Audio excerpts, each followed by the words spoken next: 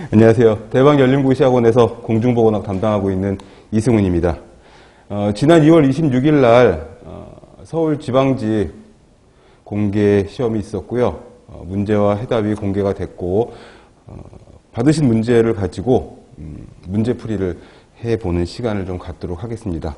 문제풀이에 들어가기 앞서서 우선 매년 공개되는 시험으로 서울지방직 9급 공중보건학이 치루어지고 있는데요.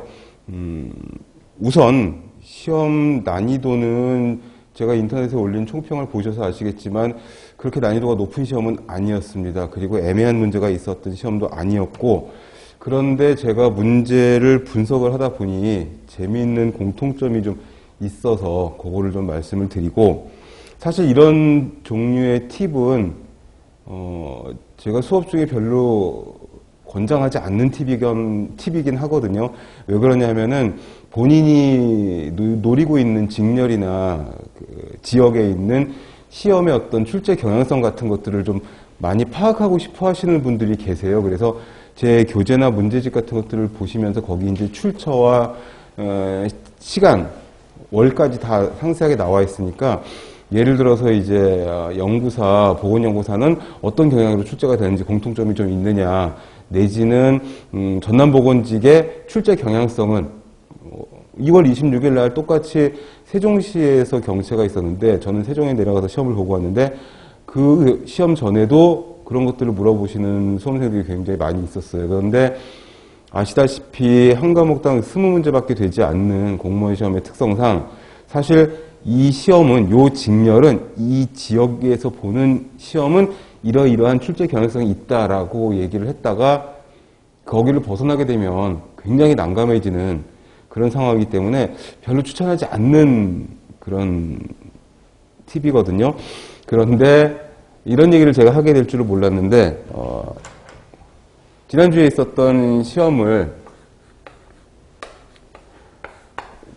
문제를 분석을 하면서 굉장히 좀 낯익은 그런 그 기시감 같은 것들이 들어서, 데자뷰 같은 기시감이 들어서 2020년, 2021년 같은 시험들, 공개 문제들을 나란히 펼쳐놓고 비교를 해보니까 꽤 많은 공통점들이 보였어요. 마치 어떤 20문항에, 1번부터 20문항에 포맷이 딱 있어서 거기서 이제 같은 주제 내에서 글자와 수치만 좀 바꿔 낀 것 같은 그런 정도의 좀 많은 공통점이 보여서 그걸 먼저 말씀을 드리고, 여러분들이 지금 문제를 받으셨으니까 그 문항에다가 체크를 하시면서 들으셔도 괜찮겠습니다. 자, 우선은 첫 번째로는, 이건 너무 제가 대충 썼는데 어떻게 해야지 예쁘게 필기가 될까요? 자, 올해 있었던 요 시험의 1번 문제부터 보시면은, 물론 짝수형, 홀수형 다르겠지만, 첫 번째 문제는 공중보건학의 역사에 대한 문제였고, 요게 애매한데, 이게 올해 있었던 것들은 가장 뭐였죠? 최근에 있었던 거였나요? 가장 늦은 거, 가장 최근의 것. 근데 이게 2020년에는 가장 먼저 최초의 것을 물어봤고, 21년에는 어떤 시기였냐면 일반적인 공중보건학의 역사. 근데 시기순으로 같은 시기에 있었던 것들이,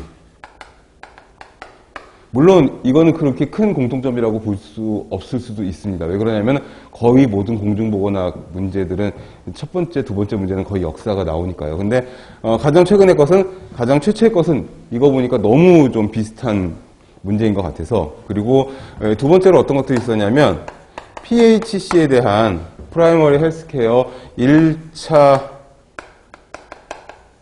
보건의료에 대한 문제가, 여기서부터는 공통점이 뚜렷하다고 볼 수가 있는 것이, 공중보건학의 범위가 너무 넓으니까 1차 보건의료에 대한 문제가 나올 때도 있고 안 나올 때도 있고 그렇거든요. 한 3번 정도 시험 보면 한 번 정도 출제가 될 정도인데 3개년 동안 계속 출제가 되었어요.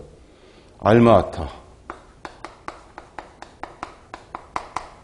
1차 보건의뢰의 뭐 의의라든지 또는 알마아타에서 있었던 뭐 1차 보건의뢰의 목적이라든지 그 다음 또 최근에 있었던 시험에서는 뭐였냐면 1차 보건의뢰 내용에 포함되지 않는 것은 그러니까 다 PHC 하나 공부하고 있으면은 다 해결이 되는 그런 부분들의 문제였고 그리고 HP 2030이죠. 지금은 헬스플랜 2030 국민건강증진종합계획 이것도 작년에는 2020으로 출제가 됐었고 올해는 2030으로 출제가 되었었어요. 20년에는 출제가 안 되긴 했었지만 그런 식이었고 그 다음에 리벨 앤 클락의 질병의 예방 단계 거기에서 3차 예방에 대한 내용 또는 2차 예방에 대한 내용 요게 매년 출제가 됐어요. 그것도 거의 비슷한 순서로. 그래서 일단 우리 교재, 어떤 교재도 마찬가지지만 공중보건학 교재의 첫 번째 챕터 역사라든지 1차 예방, 2차 예방 거기다가 HP 2030, PHC 이런 부분들이 챕터 1이거든요. 거기서 보통 한 4문제 정도가 출제가 되었고 그 다음에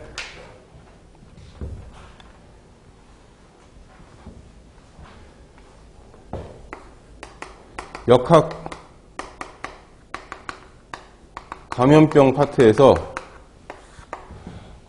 평균적으로 4문제에서 6문제가 출제가 되는데 이것도 거의 비슷한 수준이에요. 그러니까 올해 나왔던 문제가 뭐냐 기여 위험도를 계산하라. 작년 문제는 상대 위험도를 계산해라. 뭐 이런 것들 또는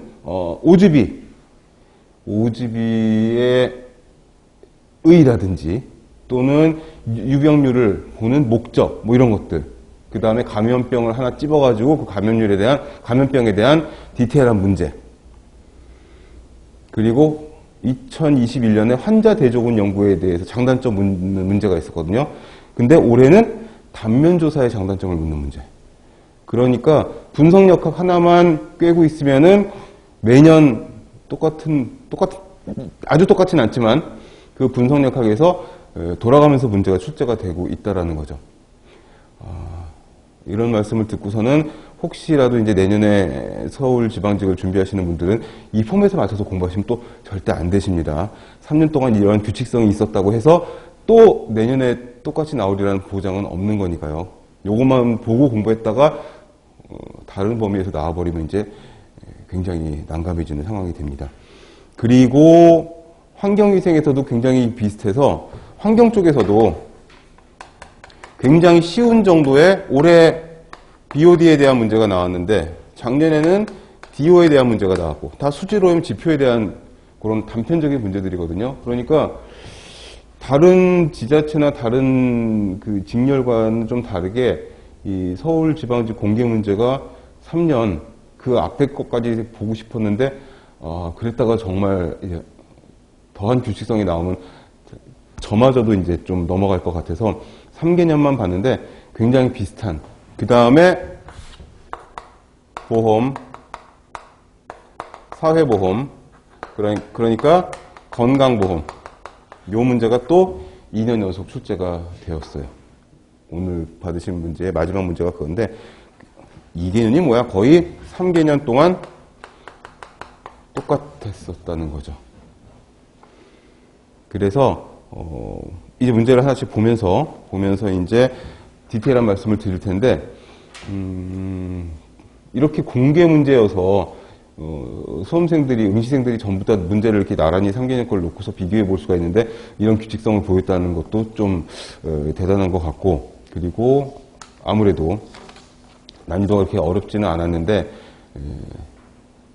그래도 한번 문제를 한번 풀어보면서 답을 좀 맞춰보도록 하겠습니다. 정답은 다 공개가 됐었고 이의제기할 만한 문제 하나도 없었고 다 깔끔하게 떨어지는 문제였습니다. 자, 1번 문제 이제 문제를 한번 풀어볼게요. 1번 문제 보시면 시기적으로 가장 늦은 거 가장 최근의 것을 고르라는 겁니다.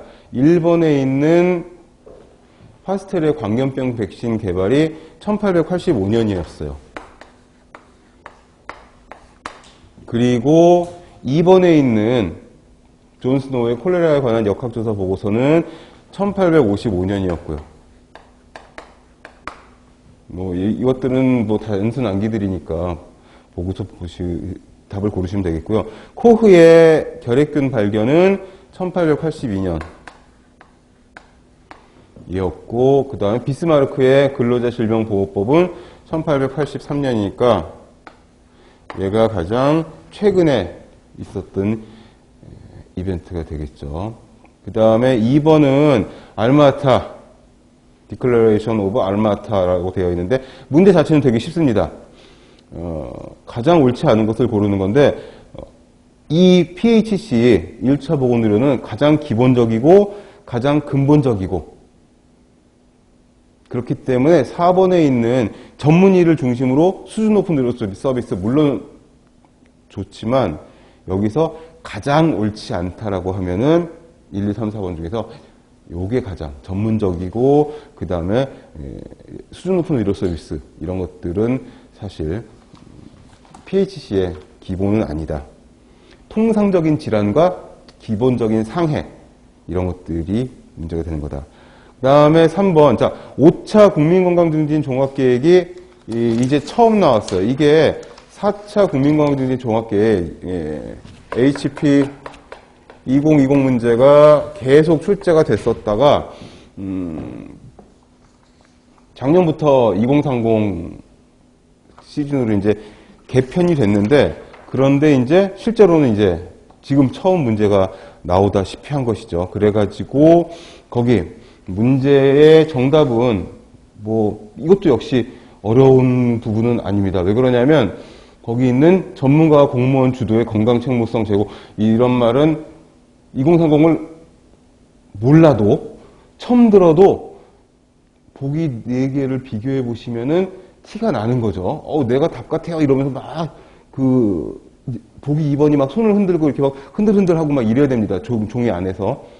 자, 건강 친화적인 환경 구축, 보편적인 건강 수준 향상, 건강 형평성 제고, 국가 지역사회 모든 정책 수립에 건강 우선적으로 반영 이런 것들이 다 국민건강증진 종합계획의 틀이고, 여기서 우리는 HP 2030이 처음 문제가 출제가 되었으니까 조금 있다가 우리 이론 수업할 적에 말씀을 드릴 거긴 하지만 2030과 2020에서 어떤 차이점이 생겼냐 하면 사업 분야에 정신건강 증진 파트가 새로 생겼어요. 그래서 저는 그런 식으로 나올 줄 알았는데 이렇게 쉽게 나올 줄은 몰랐던 거죠. 그리고 가장 기본적인 국민들이 스스로 할 수 있는 그런 분야의 영양, 그 다음에 뭐 있었죠? 신체활동, 금연,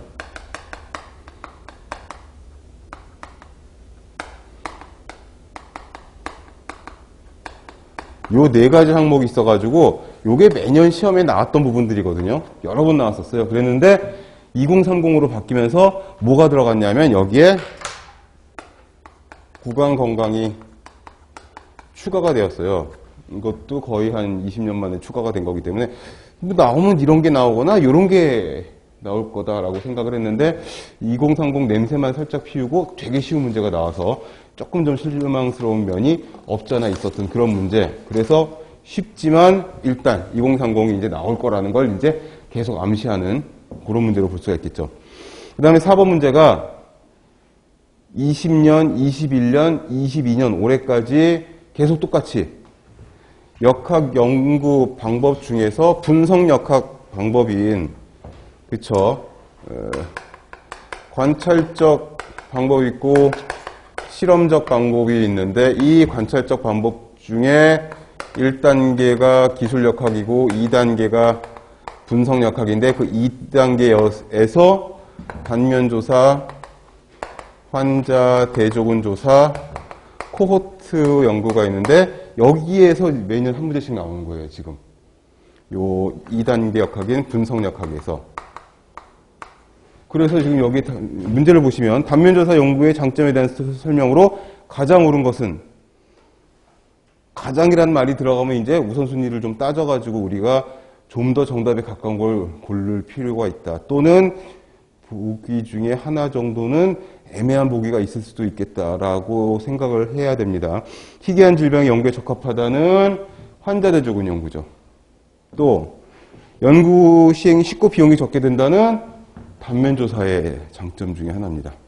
근데 시간이 짧게 걸리는 건 환자 대조군도 비슷해요. 그래서 가장이라는 말이 들어갔을 거예요. 그 다음에 3번 질병 발생 원인과 결과 해석의 선후관계가 분명한 건 이거 하나예요. 얘는 선후관계를 잘 따질 수가 없어요. 얘는 좀 애매하고요.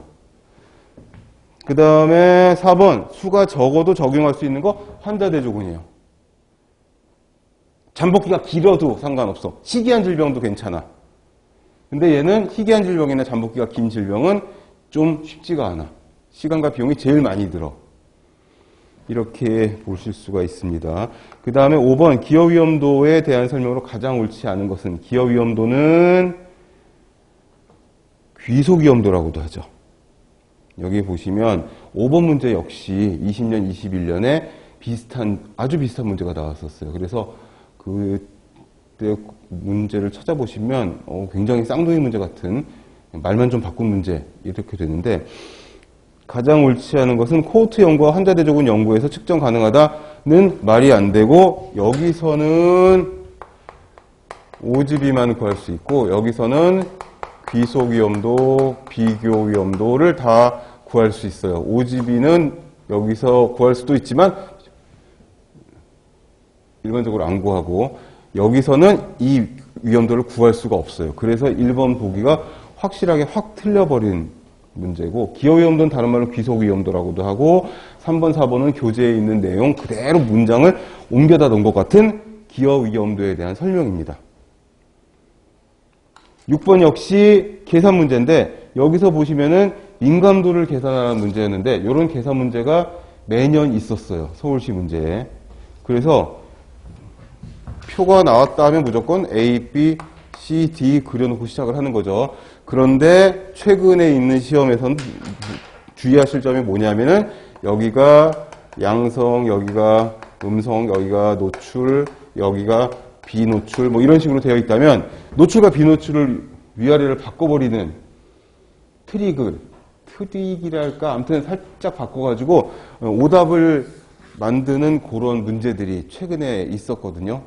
그러니까 항상 이런 표가 나오면 A, B, C, D 먼저 써놓으시는데 양성, 음성, 노출, 비노출이 순서가 바뀌지 않았는지 표를 잘 보시고 지금 이 표에서는 바뀌지가 않았죠. 바뀌지가 않았으니까 A, B, C, D를 써놓으시고 뭐 거기다가 민감도는 어떻게 되는 거죠? 민감도는 병이 있는 사람들 중에서 그러니까 발생 중에서 검사 결과 양성으로 나온 사람이죠. 그러니까 딱 봐도 100분의 91이잖아요. 그러니까 정답이 그냥 91.0 이렇게 보시면 되는 거죠. 여기서 만약에 특이도를 구하라 했으면 특이도 맞지? 특이도를 구하라 했으면 특이도는 질병이 없는 사람들 중에서 제가 이거 바꿔 쓰긴 했지만 아무튼 질병이 없는 사람들 중에서 음성인 사람 구하는 거죠. 그러니까 900분의 850 곱하기 100 하면 되겠죠. 이런 식으로 이런 표가 하나 나오면 민감도, 특이도, 그 다음에 음성 예측도, 양성 예측도까지 전부 다 한 번씩 옆에다가 써서 정답을 고르시는 연습을 하시면 좋겠습니다. 7번 문제도 마찬가지로 작년, 재작년 유사한 문제가 있었어요. 만성질환 관리 사업의 약품 수급에 대한 계획. 이건 뭐냐면 만성질환을 대비하거나 치료할 적에 예산, 비용 이런 걸 추정하는 내용이거든요. 이게 유병률에 대한 내용입니다. 교재에 그대로 이 내용이 들어있어요. 발생률은 급성질환 또는 질병의 원인을 찾는 연구에서 많이 쓰는 게 발생률. 유병률은 만성질환의 경우에 그 보건사업을 할 때 들어가는 예산이라든지 인력 이런 것들을 추정할 때 많이 쓰는 내용. 그래서 7번 문제도 좋은 문제, 딱 떨어지는 문제, 어렵지 않은 문제. 그러나 그 다음에 8번 문제도 역시 마찬가지로 매년 기생충 문제가 한 문제씩 나왔었어요. 그러니까 재밌는 게 뭐냐면 20문항을 이렇게 순서대로 쫙 놓고서는 바꿔 끼우는 모듈식으로 살짝 바꿔 끼우는 그런 식의 지금 시험이었던 거예요. 근데 이제 모르죠. 이런 얘기를 제가 하고 있으니 내년 시험에서는 완전히 다 프레임을 바꿔가지고 출제가 안 됐던 파트에서 뭐 학교 보건에서 막 나오고 막 인구에서 나오고 인구도 참 나왔다. 아무튼 그런 식으로 안 나왔던 챕터에서 또 낼지도 모르니까 아무튼 염두에만 두시라는 얘기인데 8번은 토양 매개성 기생충은 저기로 보시면 돼요. 채소류를 통해서 매개될 수 있는 거. 그렇게 같이 보시면 돼요. 이것도 살짝 함정이죠. 어패류 매개성, 뭐 이건 괜찮고, 모기 매개성 기생충, 요거는, 그쵸, 말라리아 원충을 말하는 거죠. 그 다음에 물 채소 매개성, 이것도 역시 마찬가지로 토양이나 채소, 다 같은 데 있는 것들이니까 그렇게 보시면 되는데, 유구조충과 선모충은 딱 봐도 돼지고기를 덜 익혀 먹었을 때이니까 어려운 문제는 아니지만, 보통 어패류, 어류, 갑각류, 그 다음에 뭐 채소류, 육류 뭐 이런 식이었는데 토양 매개성 이런 말은 잘 쓰지 않거든요. 그래서 이것도 조금 혼란을 좀 일으키려고 했던 노력이 보이는 문제. 정답은 4번이 되고 지금 정답들을 다 안 가지고 계시는 거죠? 저는 지금 정답을 다 갖고 계신 줄 알고 지금 정답은 얘기 안 하고 쓱 넘어갔는데 1번은 1번이었고 2번은 4번이죠. 4번. 3번은 몇 번이죠? 2번입니다. 2번. 그 다음에 4번은 2번. 5번은 1번이죠. 6번은 방금 계산했다시피 계산도 아니지 뭐 2번에 91.0이고 7번은 유병률 1번입니다. 8번은 그래서 4번이 되죠. 유구조충, 선모충은 육류 중에서도 돼지고기입니다. 둘 다. 소고기는 무구조충이죠. 자, 그 다음에 9번. 이 문제 재밌어요. 법정 감염병 중에서 제3급 감염병으로 분류되어 있는, 깜짝 놀라는 사람들도 있었을 거예요. 아마, 3급까지 안 외우는데 막 이랬으면 이제 헉 했는데, 분류되어 있는 브루셀라에 관한 설명으로 가장 옳지 않은 거, 소, 돼지, 개, 염소, 가축 맞고요. 파상열이라고도 해요. 그래서 브루셀라 이퀄 파상열. 이렇게 같이 외워두시면 2번 보기 같은 것들은 뭐 생각할 필요도 없어요. 브루셀라는 파상열, 찌찌가무시는 양충병, 뭐 이런 식으로. 또 렙토스피라는 바일병, 와일시병 이런 식으로 같이 외워두시면은 전혀 문제가 없는 거고 야외에서 풀밭에 노는 일을 상대하고 2, 3년마다 백신 접종을 하는 것이 좋은데 브루셀라는 현재까지 개발된 백신이 없는 걸로 되어 있어요. 백신 없음. 야외에서 풀밭에 누워서 걸릴 수 있는 거는 진드기 매개 질병으로 보시면 좋아요. 진드기가 8개의 다리로 쫙 기어다니다가 귀 속으로도 들어가고 막 코 속으로도 들어가고 바지단 속으로도 들어가서 흡혈을 하고 막 그러는 거니까. 3번이 틀린 거고요. 4번은 맞습니다. 식품, 음식, 그 다음에 뭐 감염된 소에서 나온 우유. 그래서 브루셀라 이쪽이 이제 소에 치명적인 그런 감염병이어서 소에게 맞출 수 있는 백신은 개발된 게 있대요. 근데 이게 이제 소의 건강이라든지 우유의 질적 하락 때문에 허가를 잘 안 해주고 있다. 이렇게 되어 있습니다. 정답은 3번이 되고요. 그 다음에 10번 감염병 예방 및 관리에 관한 법률상 신고 규정. 이 문제가 변별력을 주는 유일한 문제였습니다. 이 시험에서. 왜 그러냐 하면 저도 보고서 답이 도대체 이게 뭐였지? 하고 이렇게 봤는데 1번, 3번, 4번은 다 맞거든요. 2번이 거기 보시면은 법령에 딱 나와 있어요. 법령이 나와 있는데 신고 의무자 해서 나와 있는데 거기 2번에 의료기관의 장은 관할 보건소장 맞는데 질병관리청장 또는 관할 보건소장이에요. 보건복지부 장관을 질병청장으로 바꿔주면은 2번 보기가 맞는 보기가 됩니다. 1, 3, 4는 당연히 맞는 보기고요.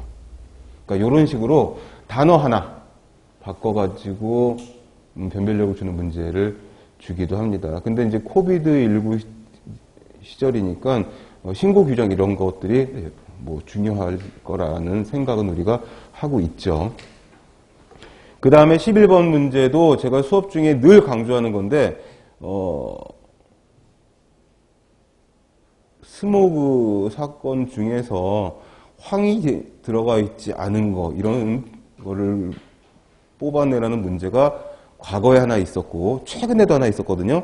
근데 이거는 다 황이 들어가 있어요. 1, 2, 3, 4번이. 근데 셋은 아황산가스고, 하나는 이산화황이에요. 그래서 그 차이를 구분하라는. 그래서 11번도 좀 헷갈리신 분들이 좀 있었을 것 같으네요. 유주계곡은 아황산가스가 맞아요. 1번 맞고요. 그 다음에 2번에 도노라도 맞아요. 그 다음에 런던도 아황산가스가 맞아요. 3번이 황화수소예요. 포자리카만 이렇게 되어 있어요. 그래서 이것도 조금 좀 디테일을 살린 문제로 볼 수가 있겠습니다. 3번 포자리카가 정답이고 1, 2, 4는 다 SO2, 3번만 H2S 이렇게 되어 있습니다. 12번 문제는 쉬어가는 보너스 찬스 이런 것들이죠. 호기성 상태에서 미생물이 분해되어 안정화하는데 소비되는 산소량, 이건 그냥 BOD 고르시면 되겠습니다. 생물화학적 산소 요구량 또는 생물학적 산소 요구량, 옛날엔 그렇게 불렀었죠. 정답 4번이고요. 그 다음에 13번 문제도 이 기온, 온열 요소에 대한 문제가 매년 출제가 되고 있어요. 그래서 이것도 좀 규칙성이 있는 문제입니다. 일반적으로 기온이란 지상 1.5m 높이, 그걸 호흡선이라고 하죠. 호흡선. 그래서 기상청 홈페이지는 그렇게 되어 있어요. 자료실에 1.5에서 1.2m. 사람의 코 높이 정도 보는 거죠. 그 다음에 2번도 집합소 위생 챕터, 맨 마지막 챕터에 나옵니다. 체온을 조절할 수 있는 범위가 10에서 26도 딱 명시가 되어 있고, 그리고 4번도 연교차는 고위도가 더 큰 걸로 되어 있습니다. 그래서 진지하게 가고 있었는데 3번이 너무 쉽게 나온 거죠. 성층권은 고도가 높을수록 온도가 올라갑니다. 고도가 높을수록 온도가 하락하는 것은 대륙권이죠. 그래서 지상에서부터 한 11km 정도까지가 대륙권인데 여기는 올라갈수록 온도가 차가워지는 거죠. 그래서 공기의 수직 이동인 대류가 일어나는 겁니다. 찬 공기 내려오고 싶어하고 따뜻한 공기 밀려 올라가고. 근데 여기서부터 한 50km까지는 성층권이라고 하는데, 성층은 말 그대로 층을 이루고 있다는 소리거든요. 여기서부터 여기까지는 올라갈수록 따뜻해요. 그러니까 따뜻한 공기가 가벼운데 내려올 필요가 없죠. 그러니까 층을 이루고 있는. 그리고 여기서 11km 대륙권 내에서는 100m 상승할 때마다 1도씨씩 떨어지는 걸로 되어 있고, 그 정도 연결해서 봐주시면 될 것 같고, 그래서 정답은 3번으로 고르시면 되고요. 14번은 산업장의 작업 환경 관리 중 격리에 해당하는 거. 이 문제는 좀 좋습니다. 작업 환경 관리, 이게 산업보건에서 되게 중요한 부분이거든요. 이게 산업위생 기사, 산업기사, 요쪽 파트인데 최근에 출제가 많이 되고 있어요. 이 산업위생에서의 산업보건이죠. 산업보건에서의 작업환경. 산업보건에서 진짜 중요한 게 이제 작업환경하고 직업병인데, 최근에 이제 이쪽 문제가 많이 나오거든요. 직업병은 너무 이제 단순한 것들이 많이 나오니까. 또 하나 중요하다고 하면 이제 산업재해 지표. 이런 것들이 늘 나오는 것들인데, 요 작업 환경에서 이제 배치, 격리, 한기 이런 것들이 나오거든요. 근데 얘가 제일 중요하고 얘가 제일 기본적인 거여서 얘만 시험에 출제가 됐었는데 요게 나온 거죠. 2월 26일 날. 그러니까 다 봐야 되겠다. 뭐 이런 얘기죠. 자, 여기서는 14번에서는 개인용 위생보호구가 격리의 대표적인 내용이 됩니다. 격리, 여기는 차열, 열을 차단한다든가 개인보호구, 꼭 집어가지고 마스크나 방독면, 뭐 보안경 이런 것들을 말하는 거죠. 막는 거죠. 차단하는 거죠. 격리는. 그런 내용들이 들어갑니다. 그 격리, 저장 이런 것들이 들어가고. 이 대치는 뭐냐면 거기 2번에 있는 위험한 시설을 안전한 시설로 변경하는 거. 3번에 있는 유해물질 독성이 적은 안전한 물질로 교체하는 거. 바꿔버리는 거, 바꿔. 이게 가장 우선적이고 가장 중요한 요소인 것이 뭐냐 하면 위험한 게 있는 걸 차단을 한다거나 뭐 환기 이런 거 다 필요 없고 위험한 걸 치워버리고 안전한 걸로 일을 하자는 게 바로 대치거든요. 이게 가장 기본이 되는 거예요. 그리고 이 개인보호구는 가장 기본적인 것 같지만 이게 최후나 긴급의 수단으로 되어 있어요. 작업환경 관리에서. 왜? 얘네들은 개인의 판단, 거기에 맡겨야 되기 때문에 개인적인 판단이나 개인적으로 헬멧이 거추장스러워서 마스크가 방독면이 너무 답답해서 보안경 답답해서 안 쓰고 있다가 사고를 당할 수가 있기 때문에 개인보호구는 격리에 해당하는 차원이지만 최후의 긴급의 수단으로 되어 있는 겁니다. 가장 기본적인 거는 위험한 물질을 피하는 거죠. 바꿔버리는 겁니다. 그래서 아주 독성이 심한 물질이 있다면 대체되는 물질로 바꾸는 거예요. 덜 독성이 있는 것들로. 좋은 문제고요. 그 다음에 15번도 되게 깔끔하게 떨어지는 거죠. 다이옥신은 무조건 염소화합물입니다. 불소화합물의 연소 과정이라니. 정답 1번이고 2, 3, 4번도 역시 우리가 다 알고 있는 내용들인데 다이옥신은 염소화합물입니다.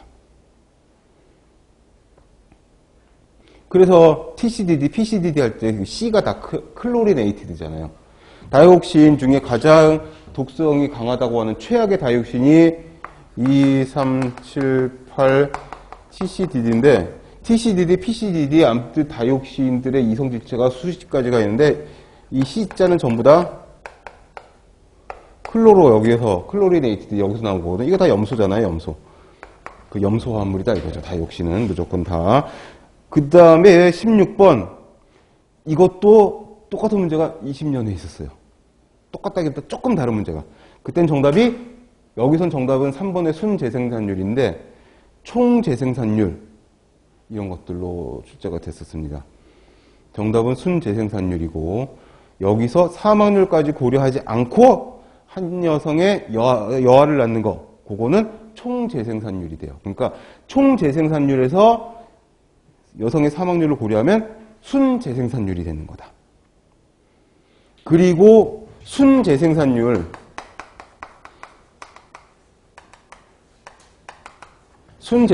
구했을 때 얘가 수치가 어떻게 나오느냐에 따라서 얘가 1.0 그 다음에 1.0 이하 그리고 1.0 이상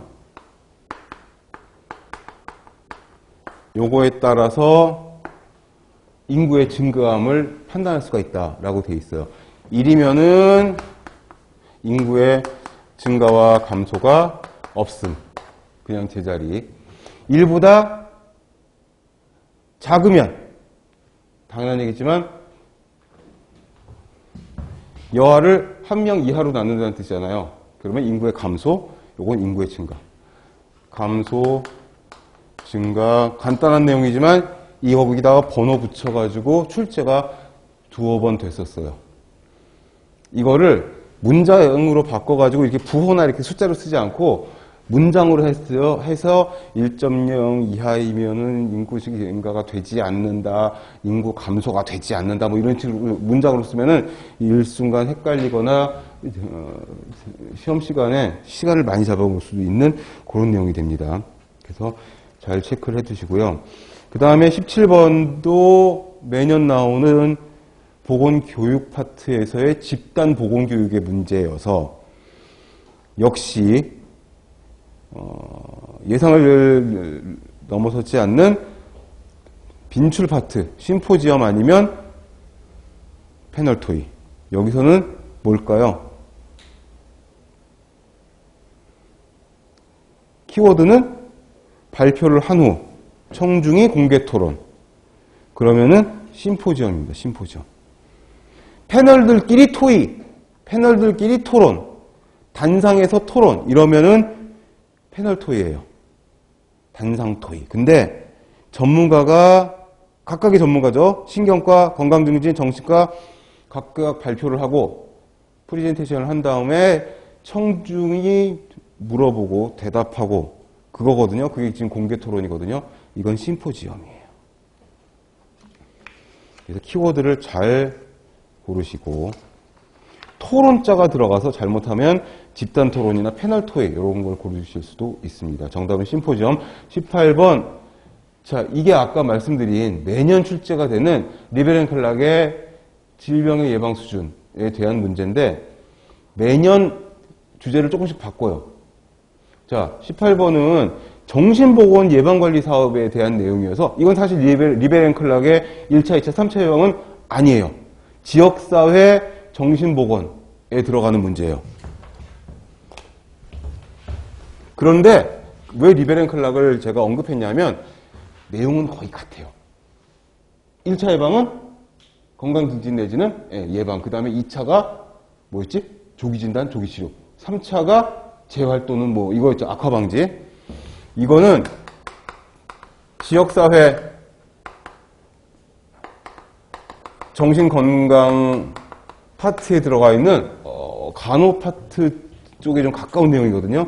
요게 이제 케플란이라고 하는 사람의 이론인데 1차는 정신질환을 1차 예방은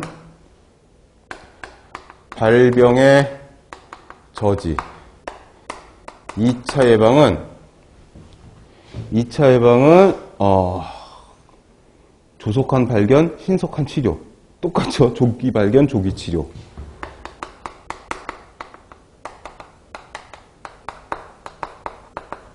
3차는 그 리베 앤 클락의 3차처럼 3차는 그 장애를 줄이고 재활. 장애를 줄이고 재활을 시키는 내용이 들어가 있어요. 이게 케플란의 세독의 이론인데 여기서도 리베 앤 클락을 대입시켰다 풀어도 상관이 없습니다. 정답은 4번이 됩니다. 4번. 그 다음에 19번 인두제에 대한 설명. 이거는 이제 첫 번째는 의료진의 과잉 진료가 증가하는 것은 인두제가 아니죠. 인두제는 뭐죠? 의사 한 명당 지역 주민의 숫자를 할당을 해가지고 그 의사가 그 책임 맡은 사람들만 건강을 책임을 지고 그 머릿수에 따라서 월급을 받는 거잖아요. 그러니까 인두제는 과잉 진료를 할 필요가 없고 과잉 진료를 하기 싫어하겠죠. 성과급이어서 돈을 더 받는 것도 아니고 나에게 우리 동네 사람들 100명의 주민이 할당돼 있다면 그 100명의 사람들만 큰 병에 걸리지 않게 잘 체크를 해주면 되는 거죠. 그러니까 과잉 진료 안 하죠. 돈이 더 안 되니까. 그리고 그 맡은 사람들의 건강을 책임져야 되니까 이게 딱 1차 보건의료에 적합한 내용이 됩니다. 그래서 인두제 나오면 그거 생각하시면 돼요. 인두제는 봉급받는 의사고 성과급 이런 거 아니고 그리고 1차 보건의료. 우리로 치면 예전에 가정의학과 전문의과에 처음 나왔을 적에 이런 개념이었거든요. 문지기 의사 뭐 이런 식으로. 그리고 진료의 지속성이 증대된다? 이게 맞아요. 악화되면 의사가 힘들어지는 거죠. 내가 맡은 주민들 중에 건강이 좀 안 좋거나 연세가 좀 많은 분이 있으면 좀 챙겨야지, 이분이 갑자기 악화되거나 그러면은 내가 번거롭거나 내가 뭐 그런 말 좀 그렇지만 아무튼 나도 힘들어지는 그런 상황이 되니까 진료의 지속성 계속 쭉 지켜봐주는 신의료기술 신약개발, 이거는 인두제가 아니라 첨단 의료를 좋아하는 그 4번 같은, 이거는 인두제라기보다는 이게 성과급제로 나가는 그런 내용이 되는 거니까 그 뭐이지?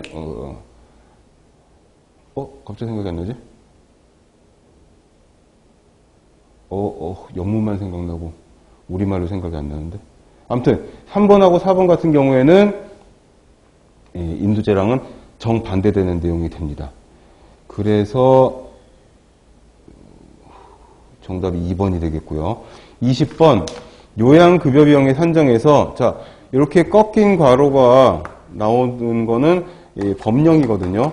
법규 문제인데, 법규 문제는 이 법을 제대로 보지 못하면 아까 있었던 것처럼 신고책에 10번 문제처럼 딱 단어 하나 바꿔가지고 내면은 정말 모르겠는 문제들이 있는데, 20번 문제 같은 경우에는 법규 문제는 딱 두 가지예요. 첫 번째는 아예 모르거나, 두 번째는 상식선에서 풀 수 있는 문제. 근데 10번 문제는 단어를 하나 바꿔놨으니까 좀 그런데, 20번 문제는 이건 상식적으로 볼 수가 있어요. 왜? 요양급여 비용을 산정하는데 요양급여 비용을 계약하는 사람은 누구겠냐 이거죠. 보건복지부 장관과 시도지사냐, 아니면 대통령과 의학계를 대표하는 사람들이냐, 보건복지부 장관과 국민건강보험공단 이사장이냐, 국민건강보험공단 이사장과 의학계를 대표하는 사람들이냐.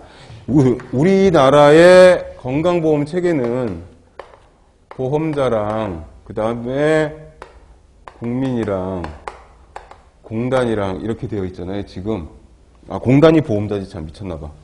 보험자가 공단이고 그 다음에 의료계 이렇게 되어 있잖아요. 지금 이렇게 되어 있어서 요것만 생각을 하면은 요양급여 비용을 누가 계약을 하겠냐가 딱 나오는 거죠. 우리가 계약하는 게 아니잖아요. 요쪽이잖아요. 요쪽. 그러니까 보건복지부 장관도 아니고, 그리고 대통령도 아니고, 그러면은 4번에 있는 이 공단의 가장 으뜸인 국민건강보험공단의 이사장하고, 그 다음에 의료계, 의사협회 뭐 이런 데서 하는, 그래서 요 문장이 그대로 국민건강보험법 45조에 요 문장이 그대로 나와 있어요. 그리고 심지어는 21년 12월 9일 날 살짝 개정이 됐어요. 그러니까 따끈따끈한 업데이트된 법령이 20번 문제로 출제가 됐다는 거죠. 국민건강보험법 45조에 나와 있고 21년 12월에 개정이 됐다. 그런 내용이 되겠습니다. 해서 제가 총평을 쓰기로는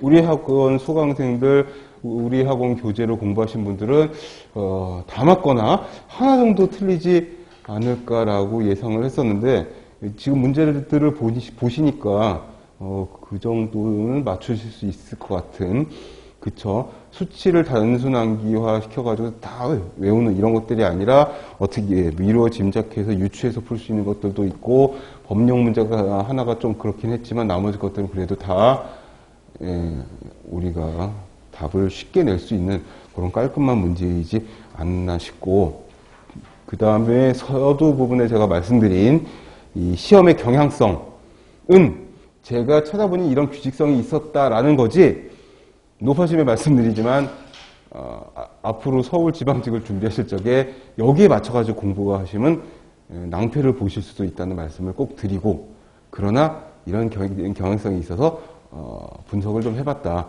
이런 정도로만 이해를 해주시면 좋을 것 같습니다.